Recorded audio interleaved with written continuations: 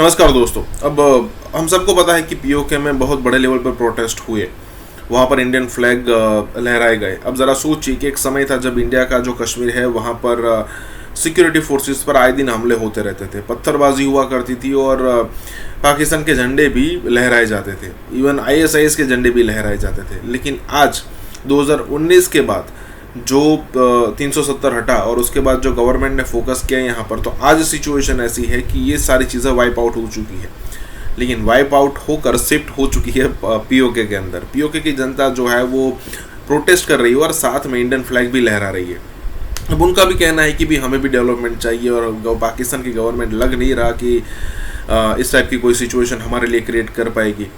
तो बेटर यही है। और देखिए, पाकिस्तान को तो हमारे पास जो कश्मीर है वो भी चाहिए, खुद का कश्मीर भी नहीं संभलता, लेकिन जिसका वो इंटैक्ट पार्ट वो कहते हैं। क्योंकि देखिए, पीओके को उन्होंने आज़ाद कश्मीर बना कर रखा है, एक अलग कंट्री।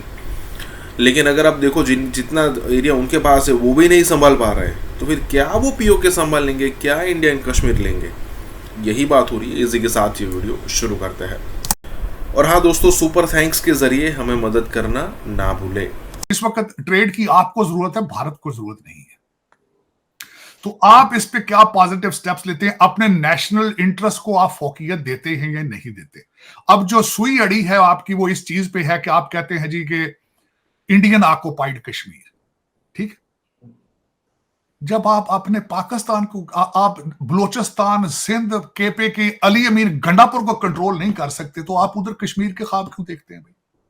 मेरी तो समझ।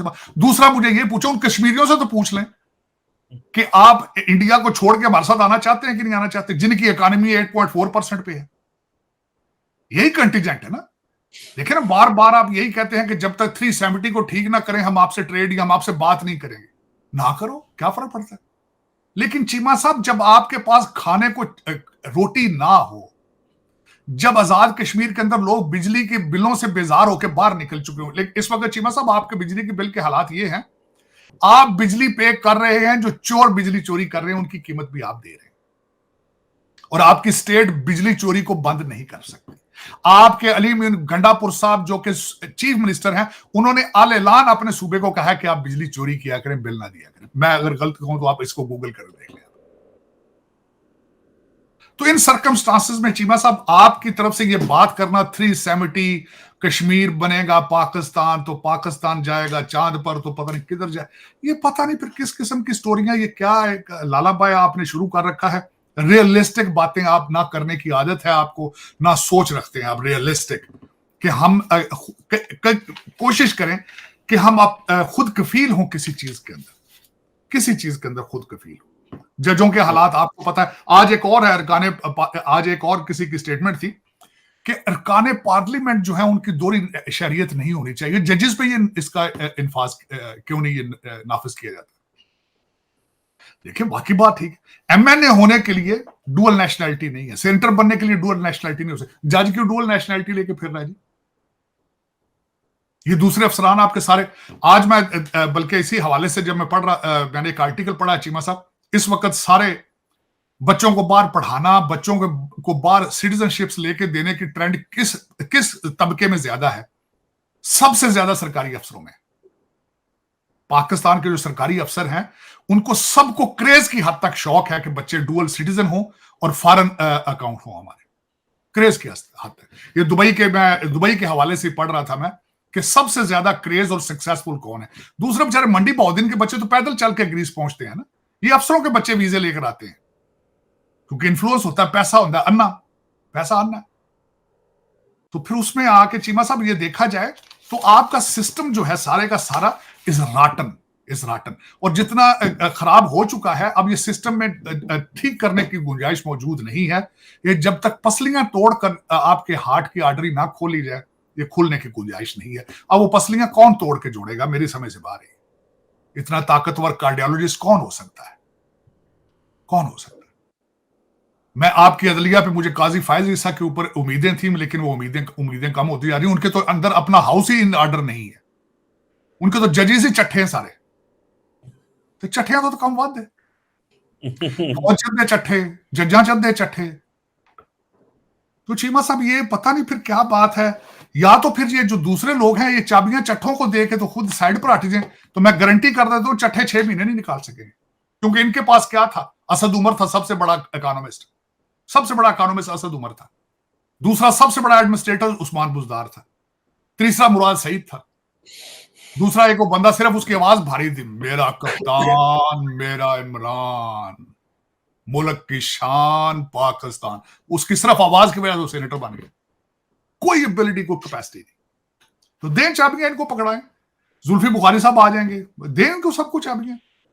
ये अगर पाकिस्तान को ठीक करने की सलाहियत रखते हैं, कौम पागल हो चुकी है इनके लिए, तो दें इनको। ये 6 महीने नहीं निकाल सकेंगे चीमा साहब, 6 महीने। और दुनिया इस वक्त चीमा साहब देखा जाए तो हालात, दुनिया के हालात पूरे के ऑलमोस्ट जो है पॉलिटिकल इंस्टेबिलिटी सारी दुनिया के अंदर है इस वक्त, नए ब्लॉक एस्टेब्लिश हो रहे हैं इस वक्त। अगर देखा जाए तो दुनिया तंग है आपसे, बेजार है आपसे। You are non workable people, you are non talkable people, आपकी हर चीज इधर आके रुक जाती है।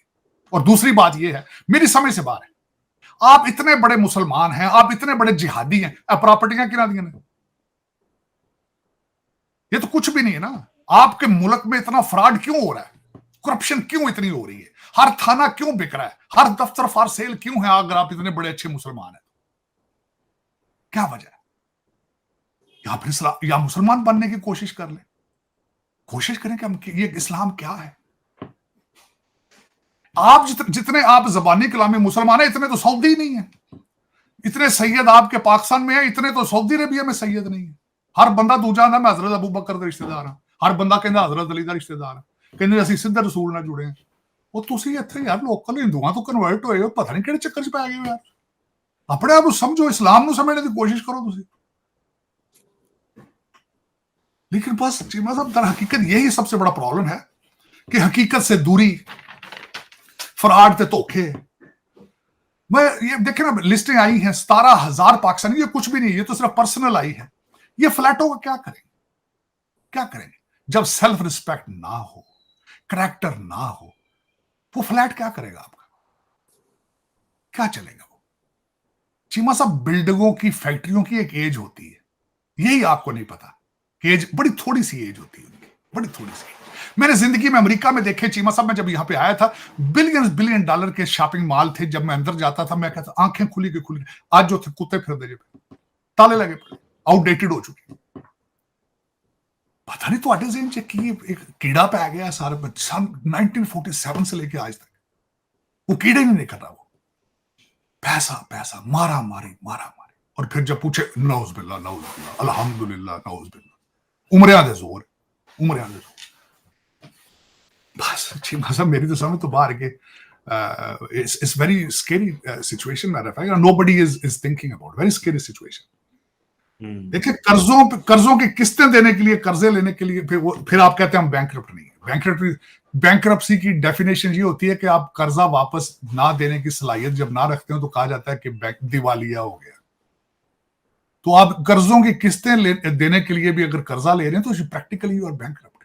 और दूसरा ये है, you are not only financially, you are morally bankrupt as well. ये जो लिस्टें निकली हैं दुबई की, ये बता रही है, आपको सर्टिफाई करती हैं कि you are morally bankrupt nation, bankrupt. Cheema sahab देखो, किसी ने अभी तक, चीमा साहब 2 चीजें मैं बताना चाहूं, 9 मई के वाक्य की किसी ने सजा नहीं दी। दुबई अनलॉक्ड के ऊपर कोई स्ट्रॉन्ग स्टेटमेंट नहीं आई। होता ना, चलो 25 करोड़ लोगों को बेवकूफ बनाने के लिए कह देते जी इसके ऊपर कमीशन बना दिया जाएगा, कानून को हाथ लेने की इजाजत नहीं दी जाएगी, कैफे किरदार इसको सजा दी जाएगी, वो भी नहीं कहा, वो भी नहीं कहा किसी। मैंने आपको कहा था चीमा साहब, इट्स नथिंग, ये तो कुछ भी नहीं है। इस मुल्क दे विच शरीफ बंदे नूं कुड़ी दा रिश्ता को नहीं दिंदा। चीमा साहब तुसीं किहड़ियां गल्लां लगे हो करन? तुसीं जाणदे हो कि असीं इंडिया नाल कंपीट करना है, हम चांद पर जा रहे हैं, ਉਹਦੇ ਤੇ आर्टिकल लिखण लगे इंडान वाले, चांद पे पहुंच गए हम, वाह वाह, पहुंचो चांद ते चीमा साहब, थल्ले ते बिजलियां बंद जे, थल्ले ते तुहाडे कोल बिल देने जो पैसे नहीं, चांद ते चले जाओ तुसीं। दैट्स उधर से हो सकता है कि हम सोलर साथ लेके जाएंगे वहां पे। चीमा साहब मैं कसम से, मैं दुख से कहता हूं, मेरा मुल्क है चीमा साहब, यहां पे नासा सोच रहा है कि ट्रेन शुरू की जाए चांद के ऊपर। ट्रेन, क्योंकि हमारी वहां ट्रांसपोर्टेशन बढ़ रही है, लोगों का वो लगेज उठा के जाना आना आसान, ट्रेन बना रहे हैं। इलान मस्क ने ह्यूमन माइंड के अंदर चिप्स लगा दिए। चीमा साहब आप क्या कर रहे हैं?